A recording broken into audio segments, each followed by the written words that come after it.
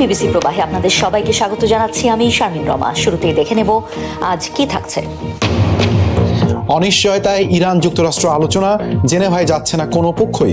Hormuz প্রণালী থেকে পুরোপুরি মার্কিন নৌ অবরোধ প্রত্যাহার। যুদ্ধের ধাক্কা সামলাতে পেন্টাগনের $80 বিলিয়ন প্রয়োজন, রিপোর্ট ওয়াল স্ট্রিট জার্নালের। বিল পাশ না হলে অভিযানের অর্থ ফুরানোর শঙ্কা। নেটো মিত্রদের উপর ক্ষোভ উগরে দিল যুক্তরাষ্ট্র, জানালো জোটের একক ভার নিবে না, নিজ নিজ নিরাপত্তার দায়িত্ব নেয়ার আহ্বান। চূড়ান্ত চুক্তি সইয়ের আগে অনিশ্চয়তায় পড়ল যুক্তরাষ্ট্র ইরান আলোচনা। জেনেভায় পূর্ব নির্ধারিত আনুষ্ঠানিকতা বাতিল করেছে উভয় পক্ষ। লেবাননে আগ্রাসন বন্ধ না হওয়ায় এই সিদ্ধান্ত নিয়েছে তেহরান। অন্যদিকে পরিকল্পনা চূড়ান্ত না হওয়ার কারণ দেখিয়ে সফর বাতিল করেছেন মার্কিন প্রেসিডেন্ট, ভাইস প্রেসিডেন্ট। একই সাথে কড়া বার্তা দিয়েছেন ইসরায়েলকেও। চলতি সপ্তাহে যুক্তরাষ্ট্র ও ইরানের মধ্যে সমঝোতা স্মারক সই হয়। যুক্তরাষ্ট্র ইরান চুক্তির অন্যতম গুরুত্বপূর্ণ ইস্যু ছিল লেবানন। দেশটিতে ইসরায়েলি হামলা বন্ধ না হওয়া পর্যন্ত কাগজে কলমে সই না করতে অনড় ছিল তেহরান। ট্রাম্প প্রশাসনের আশ্বাসে পরে তাতে রাজি হয় খামেনি প্রশাসন, কিন্তু লেবাননে থামেনি ইসরায়েলি আগ্রাসন। চুক্তির বাকি আনুষ্ঠানিকতার স্বার্থে শুক্রবার জেনেভায় বসার কথা ছিল মার্কিন ও ইরানি প্রতিনিধি দলের। লেবাননে তেল আবিবের হামলার জেরে সেই সফর বাতিল করে তেহরান। বিষয়টি জানানো হয় অপরপক্ষ ওয়াশিংটনকে। এদিকে ইরানের সাথে আলোচনার পরিকল্পনা চূড়ান্ত না হওয়ার কারণ দেখিয়ে সুইজারল্যান্ড যাচ্ছেন না মার্কিন ভাইস প্রেসিডেন্ট জেডি ভ্যান্সও। কারিগরি ব্যবস্থাপনা সহ খুঁটিনাটি খতিয়ে দেখা হচ্ছে বলে জানিয়েছে হোয়াইট হাউস। ফলে তেহরানের সাথে পরবর্তী দফার আলোচনার সময়সূচি নিয়ে তৈরি হয়েছে অনিশ্চয়তা। সুইজারল্যান্ডে আমাদের যাওয়ার পরিকল্পনা আছে, কিন্তু জানি না কখন। যেভাবে আলোচনাটি সাজানো হচ্ছে তাতে স্পষ্টতই রাজনৈতিক নেতৃত্ব জড়িত থাকবে, মানে মাঠ পর্যায়ে থাকা লোকজনই এই আলোচনা এগিয়ে নেবে। উচ্চ সম্পৃক্ত ইউরেনিয়াম কিভাবে ধ্বংস করা হবে, সমস্ত খুঁটিনাটি বিষয় আলোচনা হবে। যুক্তরাষ্ট্র ইরান আলোচনায় অনিশ্চয়তা তৈরিকারী আগ্রাসী ইসরায়েলকেও কড়া বার্তা দেন জেডি ভ্যান্স।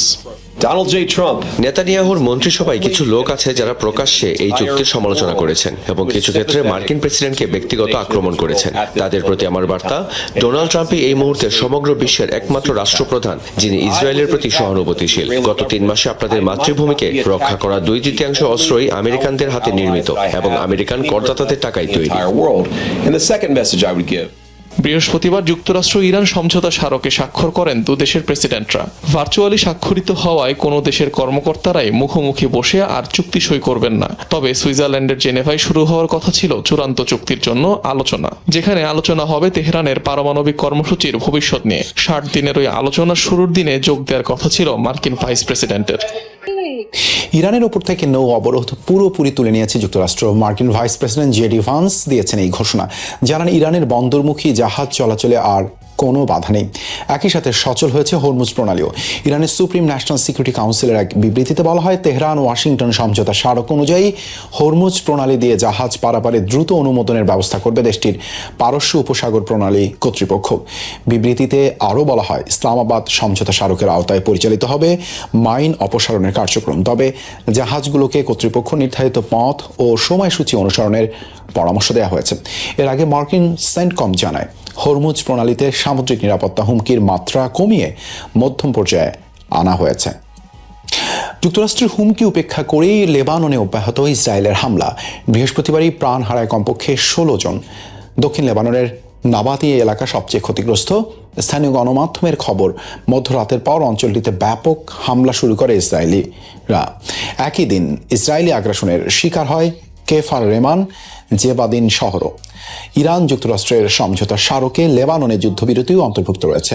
ইসরায়েলকে আগ্রাসন না চালাতে যুক্তরাষ্ট্র হুমকি ধামকি দিলেও তোয়াক্কা করছেন না প্রধানমন্ত্রী বেনিয়ামিন নেতানিয়াহু। দক্ষিণ লেবাননে হিজবুল্লাহর পাল্টা হামলায় কমপক্ষে 4 ইসরায়েলি সেনা নিহত হয়েছে, যার মধ্যে একজন আইডিএফ এর ট্যাঙ্ক ব্যাটালিয়নের কমান্ডার। এক বিবৃতিতে এই তথ্য নিশ্চিত করেছে ইসরায়েলের সামরিক বাহিনী। প্রাথমিকভাবে ধারণা করা হচ্ছে ড্রোন অথবা অ্যান্টি ট্যাঙ্ক মিসাইল দিয়ে চালানো হয়েছে এই হামলা। তবে প্রাণহানির প্রকৃত কারণ জানতে চলছে তদন্ত। একই দিন আরেক হামলায় হিজবুল্লাহ হামলায় আহত হয়েছেন আরও অন্তত 5 সেনা, যার মধ্যে একজনের অবস্থা গুরুতর। আইডিএফ জানিয়েছে, আইডিএফ এর কমান্ড ব্রিগেডে ড্রোন হামলায় আহত হয়েছেন তারা। যুক্তরাষ্ট্র সমঝোতা স্মারক লঙ্ঘন করলে কোনোভাবে ছাড় দেবে না ইরান, আগের চেয়েও শক্ত আঘাত পেতে হবে তাদের, এমন হুঁশিয়ারি বার্তা দিয়েছেন ইরানের পার্লামেন্টের স্পিকার ও প্রধান আলোচক মোহাম্মদ বাঘের কালিবাফ। এক্স হ্যান্ডলে দেয়া পোস্টে বলেন, প্রতিপক্ষ যদি অসৎ উদ্দেশ্য প্রদর্শন, চুক্তি ভঙ্গ এবং অতিরিক্ত দাবি করলে শত্রুকে কঠোর ও বিধ্বংসী জবাব দিতে দ্বিধা করবে না তেহরান। আরও বলেন, যুদ্ধের সময় তারা একবার কঠিন আঘাত পেয়েছিল, আবার সেই পথ বেছে নিলে আরও কঠোর আঘাতের মুখোমুখি হবে। কালিবাফ জানান, চুক্তির শর্ত কার্যকরের বিষয়ে তদারকিতে সর্বোচ্চ নেতার নির্দেশ মেনে চলবে তেহরান। যুক্তরাষ্ট্রের সাথে হওয়া সমঝোতাকে ইরানের বিজয় আখ্যা দিয়েছে হিজবুল্লাহ। এক সাক্ষাৎকারে এতে লেবাননকে অন্তর্ভুক্ত করার জন্য ইরানের প্রচেষ্টার প্রশংসা করেন গোষ্ঠীটির সিনিয়র আইন প্রণেতা হাসান ফাদলাল্লাহ। এই সমঝোতা স্মারকটি ইরানের জন্য প্রকৃত বিজয়। যারা বাস্তবতা অস্বীকার করছে তারা ন্যায্যতা ও সততার দৃষ্টিতে এটি পর্যালোচনা করছে না। এমনকি ইসরায়েলের মধ্যেও এই সমঝোতা স্মারক নিয়ে তীব্র প্রতিক্রিয়া দেখা যাচ্ছে। এতে সব পক্ষকে, বিশেষ করে লেবাননকে অন্তর্ভুক্ত করার জন্য ইরানের পক্ষ থেকে চাপ প্রয়োগ করা হয়েছে। ইরান যুদ্ধ ও অন্যান্য ব্যয়ের ধাক্কা সামলাতে অন্তত $80 বিলিয়ন প্রয়োজন মার্কিন প্রতিরক্ষা মন্ত্রণালয়ের। এরই মধ্যে কংগ্রেসের আইন প্রণেতাদের জানিয়েছেন মার্কিন উপপ্রতিরক্ষা মন্ত্রী স্টিফেন ফেইনবার্গ। ঘটনার সাথে সম্পৃক্ত সূত্রের বরাতে এই তথ্য প্রকাশ করেছে ওয়াল স্ট্রিট জার্নাল। জানিয়েছে, কংগ্রেসের নতুন প্রতিরক্ষা ব্যয় বিল পাশ না হলে গ্রীষ্মের মধ্যে অভিযান পরিচালনার অর্থ ফুরিয়ে যাবে বলে আশঙ্কা করছে পেন্টাগন। ইরানের বিরুদ্ধে ইতিহাসের অন্যতম এক ব্যয়বহুল যুদ্ধে লিপ্ত হয়েছিল যুক্তরাষ্ট্র। হামলা চালাতে ও পাল্টা হামলা ঠেকাতে কারি অর্থ খরচ হয়েছে দেশটির। গত এপ্রিলে পেন্টাগন দাবি করে, ইরান যুদ্ধে সব মিলিয়ে তাদের ব্যয় হয়েছে প্রায় $25 বিলিয়ন।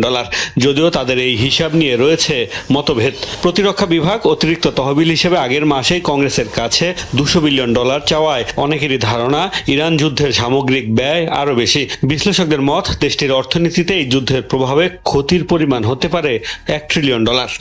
খরচ নিয়ে ধোঁয়াশার মধ্যেই নতুন তথ্য দিল মার্কিন সংবাদ মাধ্যম ওয়াল স্ট্রিট জার্নাল। সূত্রের বরাতে পত্রিকাটি জানিয়েছে, ইরান যুদ্ধ ও অন্যান্য ব্যয়ের ধাক্কা সামলাতে বাড়তি $80 বিলিয়ন প্রয়োজন পেন্টাগনের। চলতি সপ্তাহেই কংগ্রেসের আইন প্রণেতাদের কাছে এই প্রয়োজনের কথা জানিয়েছেন মার্কিন উপপ্রতিরক্ষা মন্ত্রী স্টিফেন ফেইনবার্গ। সূত্রগুলো দাবি করেছে, প্রয়োজনীয় অর্থ না পেলে গ্রীষ্মের মধ্যেই আর্থিক সংকটে চলমান সামরিক অভিযানগুলো পরিচালনা কঠিন হয়ে পড়বে। ওয়াল স্ট্রিট জার্নাল জানিয়েছে, আগামী কয়েকদিনের মধ্যে আইন প্রণেতাদের কাছে অর্থ বরাদ্দের জন্য আনুষ্ঠানিকভাবে অনুরোধ পাঠাবে মার্কিন সরকার, যেখানে পেন্টাগনের পাশাপাশি কৃষি ও ত্রাণসহ বেসামরিক খাতেও চাওয়া হতে পারে অর্থ। 2026 অর্থ বছরে মার্কিন প্রতিরক্ষা বিভাগের বাজেট প্রায় $1 ট্রিলিয়ন। যে কোনো অতিরিক্ত তহবিলের অনুরোধ কংগ্রেসে জমা দেওয়ার আগে অবশ্য পেন্টাগনকে হোয়াইট হাউসের office of management and budget এর অনুমোদন নিতে হবে। মান্ধাতার আমলের ফাইটার জেট দিয়ে কুয়েতের মার্কিন ঘাঁটিতে সফল অভিযান চালিয়েছিল ইরানের বিমান বাহিনী। পাইলটদের দক্ষতায় ফাঁকি দিয়েছিল অত্যাধুনিক আকাশ প্রতিরক্ষা ব্যবস্থা। কুয়েতের মার্কিন ঘাঁটিতে ইরানের হামলার বিবরণ প্রকাশের পর জানা গেছে এসব তথ্য। পাইলটরা জানান, ভূপৃষ্ঠের খুব কাছ দিয়ে উড়ে পরিচালনা করা হয় ওই অভিযান।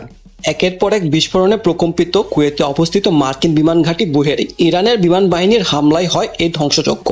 গেল 1 মার্চ ওই অভিযান চালায় ইরানের বিমান বাহিনী, যেখানে ব্যবহার করা হয় পুরনো আমলের F-5 ফাইটার জেট। প্রায় 60 বছর আগের এসব ফাইটার জেট দিয়েই তাণ্ডব চালায় ইরানি পাইলটরা। সম্প্রতি এক সাক্ষাৎকারে কিভাবে যুক্তরাষ্ট্রের অত্যাধুনিক রাডার ফাঁকি দিয়ে হামলা চালানো হলো তারই বর্ণনা দিলেন দুঃসাহসিক পাইলটেরা। ভূপৃষ্ঠ থেকে 50 ফুটেরও কম উচ্চতা দিয়ে অত্যন্ত দ্রুততার সাথে শত্রু সীমান্তে প্রবেশ করেন তারা। এ সময় পুরো 50 মিনিটের মিশনে তারা কোনো রেডিও যোগাযোগ করেননি, ফলে এড়ানো সম্ভব হয় মার্কিন ও কুয়েতি আকাশ প্রতিরক্ষা ব্যবস্থা।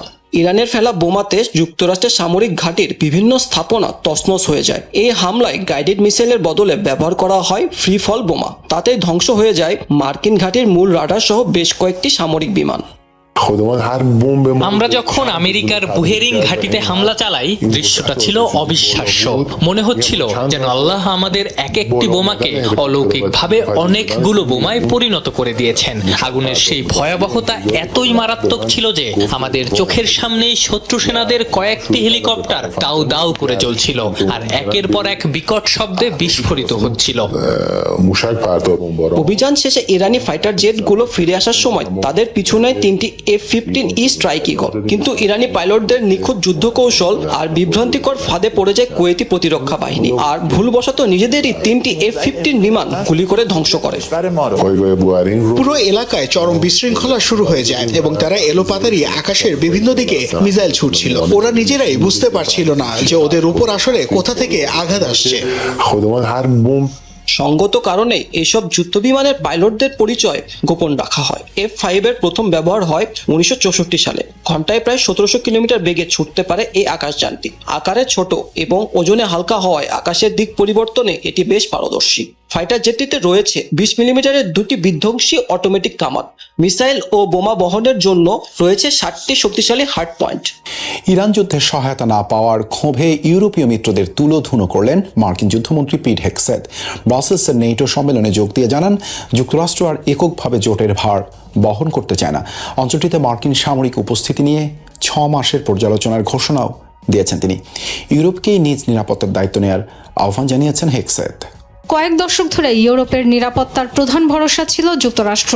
আটলান্টিকের এই পারে বিলিয়ন বিলিয়ন ডলার ব্যয়ও করেছে মার্কিন প্রশাসন, কিন্তু ইরান যুদ্ধ ঘিরে তৈরি হয়েছে বড় ধরনের টানাপোড়েন।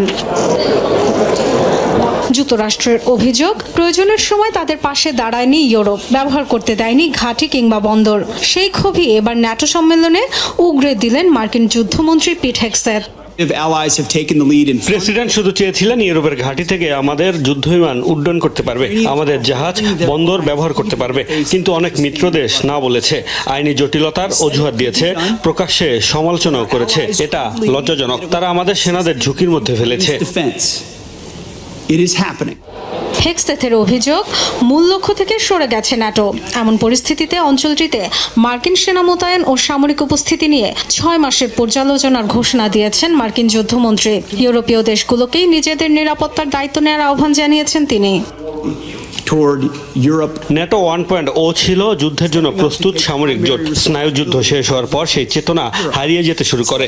ইউরোপকে রক্ষার মূল লক্ষ্য থেকে সরে গিয়ে এমন সব কর্মকাণ্ডে জড়িয়ে পড়ে যার সাথে প্রতিরক্ষার সরাসরি সম্পর্ক ছিল না। ন্যাটো 2.0 ছিল বিভ্রান্তি, নিরস্ত্রীকরণ আর দায়িত্ব এড়িয়ে চলার যুগ। ন্যাটো মহাসচিব অবশ্য সাফাই গাইলেন জোটের পক্ষে। জানান, সক্ষমতা জোরদারে নজিরবিহীন উদ্যোগ নিয়েছে ইউরোপীয় দেশগুলো, বাড়িয়েছে প্রতিরক্ষা ব্যয়। শুধু গত বছরই অতিরিক্ত 90 বিলিয়ন ডলার খরচ করেছে, যা আগের বছরের তুলনায় 20% বেশি। তিনি কি ভাবছেন এবং বর্তমান পরিস্থিতিকে কিভাবে দেখছেন সে বিষয়ে স্পষ্টভাবে কথা বলেছেন। এটা ভালো, তবে বৃহত্তর প্রেক্ষাপটেও দেখতে হবে।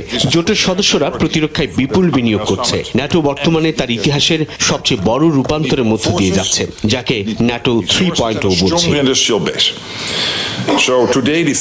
বিশ্লেষকরা মনে করছেন, ইউরোপের নিরাপত্তায় ভূমিকা কমিয়ে চীনকে মোকাবিলায় এখন ইন্দো প্রশান্ত মহাসাগরীয় অঞ্চলের দিকে বেশি মনোযোগ দিতে চায় যুক্তরাষ্ট্র, যা দ্বিতীয় বিশ্বযুদ্ধ পরবর্তী নিরাপত্তা কাঠামোয় আনতে পারে বড় পরিবর্তন। রাশিয়ার রাজধানী লক্ষ্য করে ব্যাপক হামলা চালিয়েছে ইউক্রেন। ছোড়া হয়েছে প্রায় 200 ড্রোন। সরাসরি আঘাত এনেছে রাজধানীর দক্ষিণ পূর্বাঞ্চলীয় কাপোতনিয়া তেল পরিশোধনাগারে। বিস্ফোরণে উড়ে যায় স্থাপনাটির একটি ট্যাঙ্কের একাংশ। এতে বড় ধরনের আগুনের সূত্রপাত ঘটে শোধনাগারটিতে। হামলার জেরে অঞ্চলটিতে বিষাক্ত কালো তেল, বৃষ্টিপাতেরও খবর মিলেছে। এছাড়াও মস্কোর একাধিক আবাসিক ভবনেও আঘাত এনেছে ইউক্রেনীয় ড্রোন। গেল 24 ঘন্টায় ইউক্রেনের ছোড়া 1000-এরও বেশি ড্রোন ও অন্তত 4টি ক্রুজ মিসাইল ভূপাতিতের দাবি করেছে রুশ প্রতিরক্ষা মন্ত্রণালয়। মাদক পাচারের অভিযোগে আবারও পূর্ব প্রশান্ত মহাসাগরে একটি নৌযানে হামলা চালিয়েছে যুক্তরাষ্ট্র। প্রাণ গেছে অন্তত 3 জনের। বৃহস্পতিবার সোশ্যাল হ্যান্ডেল এক্সে দেয়া এক পোস্টে বিষয়টি নিশ্চিত করে মার্কিন সাউদার্ন কমান্ড। অভিযানে মার্কিন সামরিক বাহিনীর কোনো ক্ষতি হয়নি বলে জানানো হয় এতে, তবে নিহতদের বিষয়ে বিস্তারিত কিছু জানা যায়নি। গেল কয়েক মাস ধরেই প্রশান্ত মহাসাগর ও ক্যারিবীয় অঞ্চলে মাদক পাচারের অভিযোগে একাধিক নৌযানে হামলা চালিয়ে যাচ্ছে মার্কিন বাহিনী। হিউম্যান রাইটস ওয়াচ ও অ্যামনেস্টি ইন্টারন্যাশনালের মতো মানবাধিকার সংস্থাগুলো এই হামলাগুলোকে অবৈধ ও বিচার বহির্ভূত বলে আখ্যা দিয়েছে। নিউ ইয়র্কের বিখ্যাত টাইমস স্কয়ারে গোলাগুলির ঘটনা ঘটেছে। ভয়ে দিক বিদিক ছুটে পালানো আতঙ্কিত জনতা। রোমহর্ষক মুহূর্তটি ধরা পড়েছে বিভিন্ন ক্যামেরা। বৃহস্পতিবার স্থানীয় সময় বিকেল 3:40 দিকে এই ঘটনা ঘটে। গুলির শব্দ পাওয়া মাত্রই টাইমস স্কোয়ারে থাকা পথচারীরা আতঙ্কিত হয়ে ছুটতে শুরু করেন। গুলিবর্ষণের পরপরই সন্দেহভাজন ব্যক্তিকে ধাওয়া করে নিরাপত্তা বাহিনীর সদস্যরা। এই ঘটনায় আহত হয়ে একজন হাসপাতালে চিকিৎসাধীন, তবে বিস্তারিত কোনো তথ্য দেয়া হয়নি। ঘটনার কিছুক্ষণ আগে NBA চ্যাম্পিয়ন নিউ ইয়র্ক নিক্সের বিজয় উদযাপনে আয়োজিত প্যারেডে সড়কগুলোতে ব্যাপক জনসমাগম হয়েছিল। অনুষ্ঠান ঘিরে অবস্থান নেয় প্রায় 10,000 পুলিশ সদস্য। এছাড়াও বিশ্বকাপ উপলক্ষে টাইমস স্কোয়ারে স্বাভাবিকের চেয়ে বেশি দর্শনার্থী ছিল। উত্তর ইংল্যান্ডের মেকারফিল্ড আসনের উপনির্বাচনে বড় ব্যবধানে জয়ী হয়েছেন লেবার পার্টির প্রভাবশালী নেতা ও গ্রেটার ম্যানচেস্টারের মেয়র অ্যান্ডি বার্নহাম। এ জয়ের ফলে লেবার পার্টি ও যুক্তরাজ্যের নেতৃত্বের জন্য প্রধানমন্ত্রী কেইর স্টারমারকে চ্যালেঞ্জের পথ আরও সুগম হলো অ্যান্ডি বার্নহামের জন্য। নির্বাচনে নিকটতম প্রতিদ্বন্দ্বী রিফর্ম ইউকে পার্টির রবার্ট কেনিয়নকে 9,000-এরও বেশি ভোটের ব্যবধানে হারান তিনি। পেয়েছেন 54.80% ভোট। প্রধানমন্ত্রীত্বের দৌড়ে নামতে হাউস অফ কমন্সের যে আসনটি তার দরকার ছিল তা এই জয়ের মাধ্যমে নিশ্চিত হলো, কেননা নিয়ম অনুযায়ী এতদিন মেয়র পদে থাকা এবং পার্লামেন্ট সদস্য না হওয়ায় লেবার পার্টির নেতৃত্বকে চ্যালেঞ্জ জানাতে পারেনি বার্নহাম। ফলে গেল মাসে মেকারফিল্ড আসনের এমপি জশ সিমন্স পদত্যাগ করে অ্যান্ডি বার্নহামকে উপনির্বাচনে অংশগ্রহণের সুযোগ করে দেন। সক্ষমতায় বিশ্বের অন্যতম সর্বাধুনিক প্রযুক্তির ফাইটার জেট F-35, কিন্তু যুক্তরাষ্ট্রের সরকারি সংস্থা GAO বলছে এই যুদ্ধ বিমানের অভিযান চালানোর সক্ষমতা কমে গেছে প্রায় 23%। প্রতিবেদনে বলা হয়েছে বহরের উল্লেখযোগ্য সংখ্যক ফাইটার জেট প্রয়োজনের সময় উড্ডয়নের উপযোগী থাকছে না। ফলে বিশ্বের অন্যতম ব্যয়বহুল এই সামরিক প্রকল্প নিয়ে ব্যাপক তোলপাড় চলছে মার্কিন প্রশাসনে। বিশ্বের সবচেয়ে আধুনিক যুদ্ধ বিমানগুলোর একটি হিসাবে পরিচিত মার্কিন F-35। যুক্তরাষ্ট্র, ইসরায়েল সহ বিশ্বের বিভিন্ন দেশের বহরে রয়েছে এই ফাইটার জেট। তবে এবার নতুন বিতর্কের মুখে পড়েছে এই ফাইটার জেট। কমেছে এর অভিযান পরিচালনার সক্ষমতার হার। যুক্তরাষ্ট্রের সরকারি সংস্থা গভর্নমেন্ট অ্যাকাউন্টেবিলিটি অফিস GAOর প্রতিবেদনে বলা হয়েছে 2021 সালে F-35 এর মিশন সক্ষমতার হার ছিল 67%। 2026 সালে তা নেমে এসেছে 44%। আর সব ধরনের মিশন পরিচালনার পুরোপুরি সক্ষম বিমানের হার 38% থেকে কমে দাঁড়িয়েছে 25%। অর্থাৎ প্রতি 4টি F-35 এর মধ্যে পূর্ণ সক্ষম অবস্থায় রয়েছে মাত্র একটি। প্রতিবেদনে এই পরিস্থিতির জন্য খুচরা যন্ত্রাংশের ঘাটতি এবং বেসরকারি ঠিকাদার প্রতিষ্ঠানের ওপর অতিরিক্ত নির্ভরশীলতাকে দায়ী করা হয়েছে। বিশ্বের সবচেয়ে ব্যয়বহুল সামরিক প্রকল্পগুলোর একটি হওয়া সত্ত্বেও কাঙ্ক্ষিত প্রস্তুতি ধরে রাখতে হিমশিম খাচ্ছে F-35 কর্মসূচি। সমস্যা সমাধানে F-35 প্রকল্পে আগামী 5 বছরে অতিরিক্ত $1,300 কোটি ব্যয়ের পরিকল্পনা করা হয়েছে। তবে GAO বলছে শুধু অর্থ বরাদ্দ নয়, সরবরাহ ব্যবস্থার দুর্বলতা, শিল্প খাতের উৎপাদন সক্ষমতা এবং ঠিকাদারদের জবাবদিহি নিশ্চিত করাও জরুরি। প্রতিবেদনে পেন্টাগনের জন্য 3টি সুপারিশও করা হয়েছে।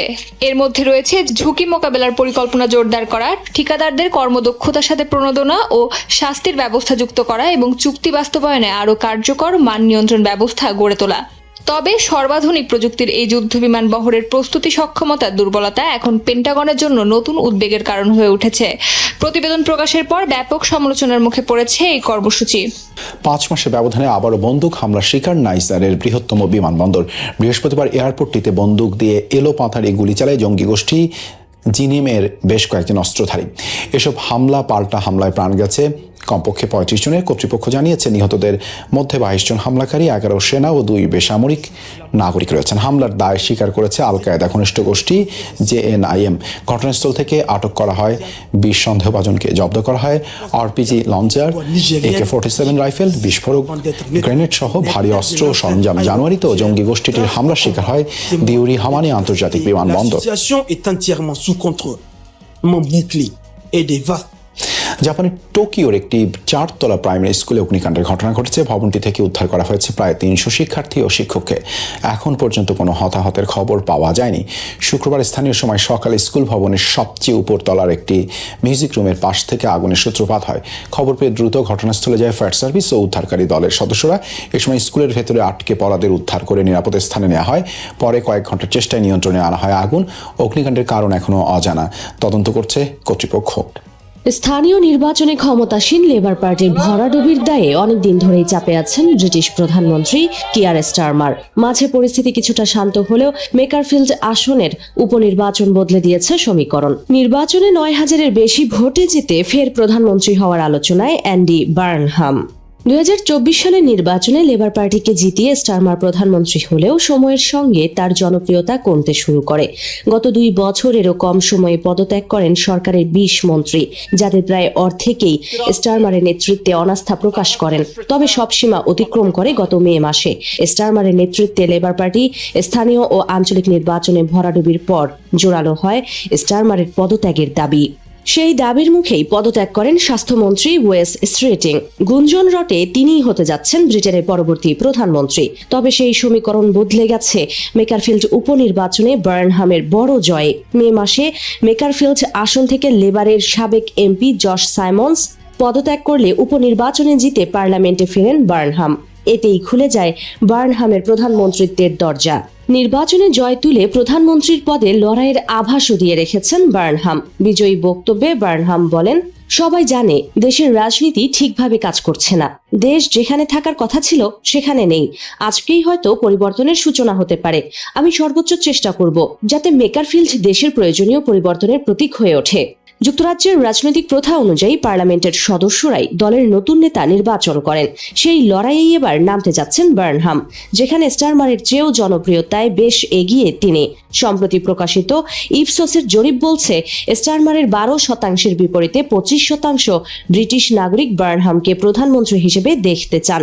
সেই বার্নহামই যখন পার্লামেন্টে ফিরে প্রধানমন্ত্রী চেয়ারের লড়াইয়ের আভাস দেন, তখন অনাস্থা ভোটে লেবার পার্টির নেতৃত্ব হারানোর আগে স্টারমার নিজেই সসম্মানে পদত্যাগ করেন কিনা সেটাই এখন দেখার বিষয়। ইরান যুক্তরাষ্ট্রের মধ্যে যুদ্ধবিরতির মেয়াদ বাড়ানোর লক্ষ্যে অবশেষে একটি ঐতিহাসিক চুক্তি স্বাক্ষরিত হয়েছে এবং এটি এখন কার্যকর হচ্ছে। ফরাসি ভূখণ্ডে G7 শীর্ষ সম্মেলনের যোগদানের সময় এই সমঝোতা স্মারকে আনুষ্ঠানিকভাবে স্বাক্ষর করেছেন মার্কিন প্রেসিডেন্ট ডোনাল্ড ট্রাম্প। চুক্তিটির মূল লক্ষ্য বিশ্বের অত্যন্ত গুরুত্বপূর্ণ জলপথ হরমুজ প্রণালী পুনরায় উন্মুক্ত করা। দুই দেশ এবং ইসরায়েলের মধ্যে সংঘাত শুরু হওয়ার ঠিক 4 মাস পর চুক্তিটি সামনে এলো। হোয়াইট হাউস নিশ্চিত করেছে ইরানের প্রেসিডেন্ট মাসুদ পেজিশকিয়ানও এতে সই করেছেন। একে পারফরমেন্স ভিত্তিক চুক্তি বলছে ট্রাম্প প্রশাসন, অর্থাৎ প্রতিশ্রুতি ঠিকভাবে মানলে চুক্তির সুবিধা পাবে তেহরান। অন্যদিকে ট্রিগারে আঙ্গুল আছে বলে সতর্ক করেছে ইরানের পররাষ্ট্রমন্ত্রী আব্বাস আরাকচি। টিবিএস এক্সপ্লেনারে দেখার চেষ্টা করব চুক্তির 14 দফার কোনটিতে কার কি স্বার্থ রক্ষা হবে, কোন দফায় কি সুবিধা থাকছে। চুক্তির প্রথম শর্তই হলো ইরান যুক্তরাষ্ট্র ও তাদের মিত্ররা লেবানন সহ সব ফ্রন্টে সামরিক অভিযান অবিলম্বে এবং স্থায়ীভাবে বন্ধ করবে। কোনো পক্ষই একে অপরকে সামরিক হুমকি দিতে পারবে না। এটি কার্যকর হলে লেবানন সহ পুরো মধ্যপ্রাচ্যে রক্তক্ষয়ী সংঘাতে সাময়িক অবসান ঘটবে। তবে সবচেয়ে বড় প্রভাব পড়বে ইসরায়েলের উপর। ট্রাম্পের নিষেধ অমান্য করে নেতানিয়াহু হিজবুল্লাহর উপর হামলা অব্যাহত রাখলে ভেস্তে যেতে পারে এই চুক্তি। তবে ইরানের জন্য কৌশলগত স্বস্তির কারণ হবে সেটি, আর রক্ষা পাবে হিজবুল্লাহ। দ্বিতীয় শর্তে বলা হয়েছে ইরান যুক্তরাষ্ট্র একে অপরের সার্বভৌমত্ব ও আঞ্চলিক অখণ্ডতাকে সম্মান করবে এবং কেউ কারো অভ্যন্তরীণ বিষয়ে হস্তক্ষেপ করবে না। তেহরানের জন্য এটি মনস্তাত্ত্বিক ও আইনি জয়, কিন্তু এতে ট্রাম্পের পরাজয় দেখছে ইরানের সরকার বিরোধী গোষ্ঠীগুলো, কারণ বছরের শুরুতেই বিক্ষোভকারীদের পাশে থাকার আশ্বাস দিয়ে ইরানে হামলা করেছিলেন ট্রাম্প। চুক্তির পরে হামলাকে মার্কিন ইসরায়েলি আগ্রাসন হিসেবে প্রচারের সুযোগ পাবে তেহরান। ভবিষ্যতে যুক্তরাষ্ট্র বা ইসরায়েল ইরানে আঘাত করলে চুক্তির দ্বিতীয় শর্তকে আন্তর্জাতিক আইন লঙ্ঘনের ঢাল হিসেবে ব্যবহার করবে তেহরান। নথির তৃতীয় দফায় সর্বোচ্চ 60 দিনের মধ্যে একটি চূড়ান্ত চুক্তিতে পৌঁছানোর প্রতিশ্রুতি দিয়েছে ইরান ও যুক্তরাষ্ট্র। সমঝোতা স্মারকে দুই দেশের নেতা সই করার পর এই কাউন্টডাউন শুরু হয়েছে। মাত্র 60 দিনের এই সময়সীমা দুই পক্ষকে কূটনৈতিক চাপের মধ্যে রাখবে। তবে মধ্যপ্রাচ্যের জটিল রাজনীতির কারণে এই 60 দিন অপর্যাপ্ত হতে পারে, ফলে সময়সীমা বারবার বাড়ানোর প্রয়োজন পড়তে পারে। চুক্তির চতুর্থ দফা অনুযায়ী সমঝোতা স্মারকে সইয়ের পরপরই ইরানি বন্দরগুলোর উপর আরোপিত নৌ অবরোধ সহ যে কোনো ধরনের বাধা বা প্রতিবন্ধকতা অপসারণ করবে যুক্তরাষ্ট্র। এটি কার্যকর হলে ইরানের অবরুদ্ধ বাণিজ্য ও অর্থনীতিতে প্রাণ ফিরবে। 38 দিনের মধ্যে পারস্য উপসাগরের কাছাকাছি এলাকা থেকে মার্কিন সেনা ও যুদ্ধজাহাজ প্রত্যাহার করা হলে ওই অঞ্চলে ওয়াশিংটনের সামরিক প্রভাব কিছুটা কমবে এবং ইরানের আঞ্চলিক আঞ্চলিক আধিপত্য ও নিরাপত্তা জোরদার হবে। চুক্তিতে বলা হয়েছে সমঝোতা স্মারক সইয়ের পর হরমুজ প্রণালী দিয়ে বাণিজ্যিক জাহাজগুলো নিরাপদ ও সম্পূর্ণ বিনামূল্যে যাতায়াত নিশ্চিতে সহায়তা করবে ইরান। এতে বিশ্ববাজারে জ্বালানি তেলের দাম কমবে। তবে 30 দিনের মধ্যে মাইন নিষ্ক্রিয়করণের যে শর্ত রয়েছে তা ন্যাটো ও উপসাগরীয় মিত্রদের উপর তীব্র সামরিক ও প্রযুক্তিগত চাপ সৃষ্টি করবে। পাশাপাশি এই অঞ্চলে ওমানের কূটনৈতিক গুরুত্ব আরো বাড়িয়ে দেবে। ইরানের পুনর্গঠন ও অর্থনৈতিক উন্নয়নের জন্য অন্তত $300 বিলিয়ন একটি তহবিল গঠনের কথা বলা হয়েছে চুক্তিতে। তবে তহবিলের জন্য কোনো অর্থ খরচ করতে হচ্ছে না যুক্তরাষ্ট্রকে, বরং সংযুক্ত আরব আমিরাতের মতো মার্কিন আঞ্চলিক মিত্ররাই ইরানের বিদ্যুৎ কেন্দ্রের মতো প্রকল্পে বিনিয়োগ করবে। ইরানের পারমাণবিক কর্মসূচি স্থগিতে অর্থনৈতিক গ্যারান্টি হিসেবে কাজ করবে এই তহবিল। জাতিসংঘের নিরাপত্তা পরিষদের প্রস্তাব ও যুক্তরাষ্ট্রের একতরফাভাবে দেয়া অর্থনৈতিক নিষেধাজ্ঞা সহ ইরানের উপর থেকে সব ধরনের অর্থনৈতিক নিষেধাজ্ঞা তুলে নেবে যুক্তরাষ্ট্র। তবে এর সময়সীমা এখনো স্পষ্ট নয়। তবে ইরানের জন্য দীর্ঘমেয়াদী অর্থনৈতিক মুক্তি এটি। জাতিসংঘের নিরাপত্তা পরিষদ এবং মার্কিন একতরফা নিষেধাজ্ঞা উঠে গেলে আন্তর্জাতিক ব্যাংকিং ব্যবস্থা সুইফট এবং বিশ্ব বাজারে অবাধে যুক্ত হতে পারবে ইরান। ফলে বিদেশি বিনিয়োগকারীরা ইরানে ফিরবে এবং দেশটির মুদ্রা রিয়ালের মান শক্তিশালী হবে। পশ্চিমা বিশ্বের জন্য ইরানকে বিশ্ব অর্থনীতির নিয়মে বেঁধে ফেলার একটি কৌশল এটি।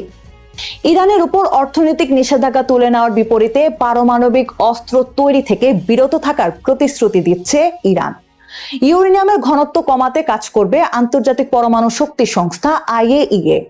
আপাত দৃষ্টিতে এটি ইসরায়েল ও যুক্তরাষ্ট্রের জন্য বড় জয়, তবে এর প্রভাব আংশিক, কারণ চূড়ান্ত বেসামরিক পারমাণবিক অধিকারের বিষয়টি এখনো অমীমাংসিত। ফলে একে নিরাপত্তার জন্য যথেষ্ট নয় বলে ক্ষোভ প্রকাশ করতে পারে ইসরায়েল। চূড়ান্ত চুক্তির আগ পর্যন্ত পারমাণবিক কর্মসূচিতে নতুন কোনো পরিবর্তন আনবে না ইরান। বিপরীতে ওই অঞ্চলে সেনা উপস্থিতি বাড়াবে না যুক্তরাষ্ট্র। অন্তর্বর্তীকালীন সময়ে ইরান যাতে গোপনে ইউরেনিয়াম সমৃদ্ধি বাড়াতে না পারে এবং যুক্তরাষ্ট্র যাতে নতুন চাপ সৃষ্টি না করে তা নিশ্চিত করবে এই ধারা। সমঝোতা স্মারকে সইয়ের পর এবং নিষেধাজ্ঞা সমাপ্তি না হওয়া পর্যন্ত ইরানের অপরিশোধিত জ্বালানি তেল, পেট্রোলিয়াম পণ্য ও ডেরিভেটিভস এবং ব্যাংকিং লেনদেন, বীমা পরিবহন সহ পরিষেবা রপ্তানিতে বাধা না দেওয়ার অঙ্গীকার করছে যুক্তরাষ্ট্র। এর কারণে বৈধভাবে বিপুল পরিমাণ অপরিশোধিত তেল বিশ্ববাজারে বিক্রির মাধ্যমে বৈদেশিক মুদ্রা আয়ের সুযোগ পাবে ইরান, যা তাদের অভ্যন্তরীণ অর্থনৈতিক ক্ষোভ কমাতে সাহায্য করবে। সমঝোতা স্মারকের 11 দফায় উল্লেখ করা হয়েছে ইরানের অবরুদ্ধ তহবিলগুলো পুরোপুরি সচল করার দায়িত্ব নিচ্ছে যুক্তরাষ্ট্র। আলোচনার মাধ্যমে এর প্রক্রিয়া নির্ধারণ করা হবে। $20 বিলিয়ন বেশি জব্দ অর্থ ফেরত পেলে তীব্র অর্থনৈতিক সংকট থেকে মুক্তি পাবে ইরান। এই অর্থ দিয়ে জরুরি আমদানি, সরকারি কর্মকর্তা কর্মচারীদের বেতন ও ব্যাংকিং খাতের তারল্য সংকট দূর করতে পারবে তেহরান। নথির শেষ কয়েকটি দফায় চুক্তি বাস্তবায়নের কার্যপ্রণালী তুলে ধরা হয়েছে। এতে বলা হয়েছে সমঝোতা স্মারক ও ভবিষ্যৎ চুক্তির শর্তগুলো সঠিকভাবে বাস্তবায়িত হচ্ছে কিনা তা পর্যবেক্ষণ করতে যৌথ পদ্ধতি বা মেকানিজম তৈরি করবে তেহরান, ওয়াশিংটন। তবে এই তদারকি কমিটির ক্ষমতা কতটা থাকবে তা নিয়ে ভবিষ্যতে দুই পক্ষের মধ্যে নতুন করে বিতর্কের সৃষ্টি হতে পারে। শর্তযুক্ত অগ্রগতি নিশ্চিতের কথা বলা হয়েছে সমঝোতা স্মারকের 12 ধারায়, যেখানে বলা হয়েছে ইরান হরমুজ প্রণালী না খুললে বা যুক্তরাষ্ট্র নিষেধাজ্ঞা প্রত্যাহার না করলে পরবর্তী ধাপের আলোচনা শুরু হবে না। এটি মূলত একে অপরকে বিশ্বাস করার একটি প্রাথমিক পরীক্ষা। জাতিসংঘের অনুমোদন চূড়ান্ত চুক্তিটি জাতিসংঘের নিরাপত্তা পরিষদের মাধ্যমে অনুমোদিত হলে তা আন্তর্জাতিক আইনের অংশ হয়ে যাবে। ফলে যুক্তরাষ্ট্রের সরকার পরিবর্তনের পরও চুক্তি লঙ্ঘন অত্যন্ত কঠিন হবে। এই চুক্তিতে অনেক প্রশ্নের উত্তর মেলেনি এবং অনেক জটিল সমস্যার স্থায়ী সমাধান অধরাই রয়ে গেছে। তবু মধ্যপ্রাচ্যের শান্তি ফেরানোর ক্ষেত্রে এবং বৈশ্বিক অর্থনীতি সচল করতে এই চুক্তিকে বড় পদক্ষেপ হিসেবে দেখা হচ্ছে। এখন দেখার বিষয় এই পারফরমেন্স ভিত্তিক চুক্তির শর্ত কতটুকু বজায় রাখে দুই পক্ষ। সবাইকে শুভকামনা জানিয়ে আমি শারমিন রমাজ এখানে বিদায় নিচ্ছি। ভালো থাকবেন।